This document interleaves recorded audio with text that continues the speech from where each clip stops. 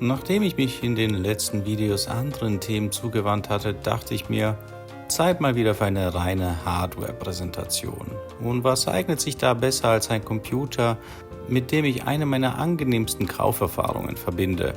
Die Rede ist von diesem Macintosh Performer 630, erschienen im Juli 1994. Er gehörte zur großen Performer-Reihe von Apple, die das Ziel hatte, Macintosh-Computer einem breiteren Publikum zugänglich zu machen. Gerade der Performer 630 war auf die Bedürfnisse von Home-PC-Usern zugeschnitten und steht dabei ganz im Zeichen von Apples Marketingbotschaft, die Einfachheit und Benutzerfreundlichkeit in den Mittelpunkt stellte. Unter seiner Haube peitscht den Performer 630 ein Motorola 68LC040 Prozessor mit 33 MHz an. Das LC steht hier für Low Cost und in der Praxis hieß das, dass kein FPU-Co-Prozessor zur Verfügung steht. Ein echter Minuspunkt, zumal gleichwertige 486er PCs damals schon gut und gerne mit der doppelten Taktfrequenz aufwarteten. Standardmäßig waren hier aber 4 MB RAM verbaut und dieses Exemplar wurde auf satte 40 MB erweitert, weit über dem, was die meisten Nutzer damals je gesehen haben. Auch in Sachen Festplatte wurde dieser Mac massiv aufgerüstet und bietet nun 2 GB Speicherplatz. Das Bildsignal wird über einen 14 Zoll Farbmonitor ausgegeben mit einer Auflösung von 640 x 480 Pixeln. Damit bietet der Rechner gestochen scharfe Grafik und ist sowohl für Produktivsoftware als auch Spiele bestens geeignet.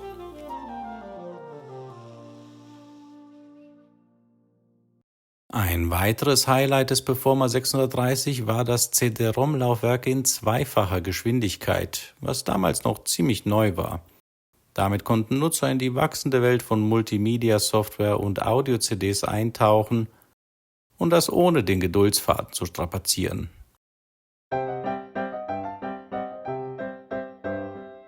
Ausgeliefert wurde die Reihe mit dem Macintosh System 7. Einem Betriebssystem, das viele Verbesserungen und eine benutzerfreundlichere Oberfläche brachte als seine Vorgänger. So wirkt die Benutzeroberfläche auch 30 Jahre später noch immer erstaunlich frisch und intuitiv. Funktionen wie den Papierkorb oder das Apple-Menü gab es zwar schon länger, doch wurden die hier weiterentwickelt und prägten damit das spätere macOS entscheidend mit. Und als wäre das noch nicht genug, wurde dieses Gerät von seinem Vorbesitzer liebevoll angepasst.